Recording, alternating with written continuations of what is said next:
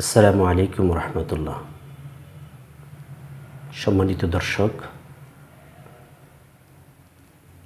প্রথমে আপনাদেরকে একটি ভিডিও প্রদর্শন করতে চাই, অতঃপর কিছু কথা বলতে চাই।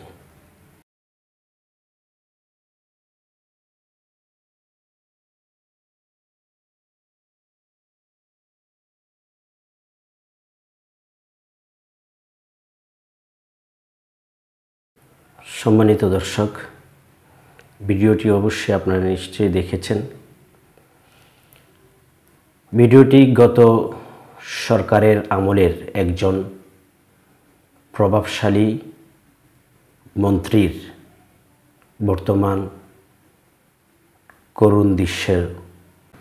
এই ভিডিওটি দেখে কোরআনে কারিমের সেই আয়াতের কথা মনে পড়ল, যেখানে আল্লাহ রাব্বুল আলামিন সূরা বাকারার 279 নম্বর আয়াতে আল্লাহ বলেছেন, লা তাযলিমুনা ওয়ালা তুযলামু, তোমরা অত্যাচার এবং জুলুম করো না, তাহলে অত্যাচারিত হবে না। বুখারী শরীফের 2447 নম্বর হাদিসে আব্দুল্লাহ ইবনে ওমর থেকে বর্ণিত, রাসূলুল্লাহ সাল্লাল্লাহু আলাইহি ওয়াসাল্লাম বলেন, আয-যুলমু যুলুমাতু ইয়াউমাল কিয়ামা, জুলুম কিয়ামতের দিন ঘোর অন্ধকার হয়ে দেখা দিবে।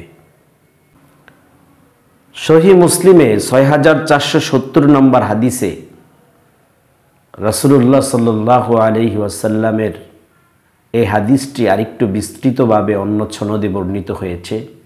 সেখানে জাবির ইবনে আব্দুল্লাহ রাদিয়াল্লাহু তাআলা আনহু থেকে বর্ণিত যে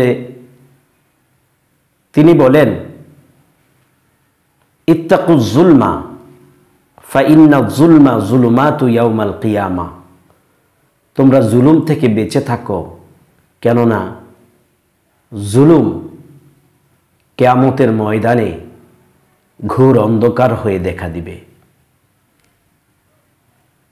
রাসূল আরো বলেন, ওয়াত্তাকুশ শুহা ফাইন্নাশ শুহা আহলাকা, তোমরা কৃপণতা থেকেও বেঁচে থাকো, কেননা কৃপণতা মানুষকে ধ্বংস করে দেয়।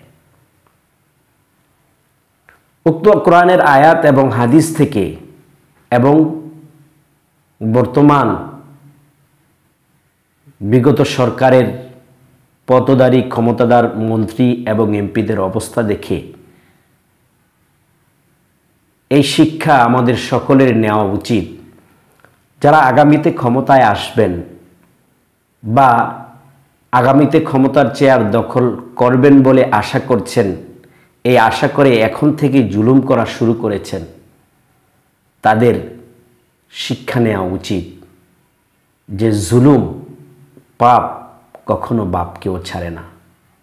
তাই এ ধরনের দৃশ্য থেকে আমাদেরকে শিক্ষা গ্রহণ করা উচিত, সংশোধন হওয়া উচিত।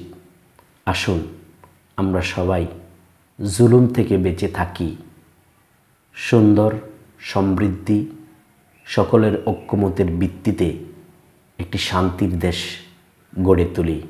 আল্লাহ আমাদের সবাইকে সেই তৌফিক দান করুন। আমিন। ওয়া আখির দাওয়ানা আনিল হামদুলিল্লাহি রাব্বিল আলামিন।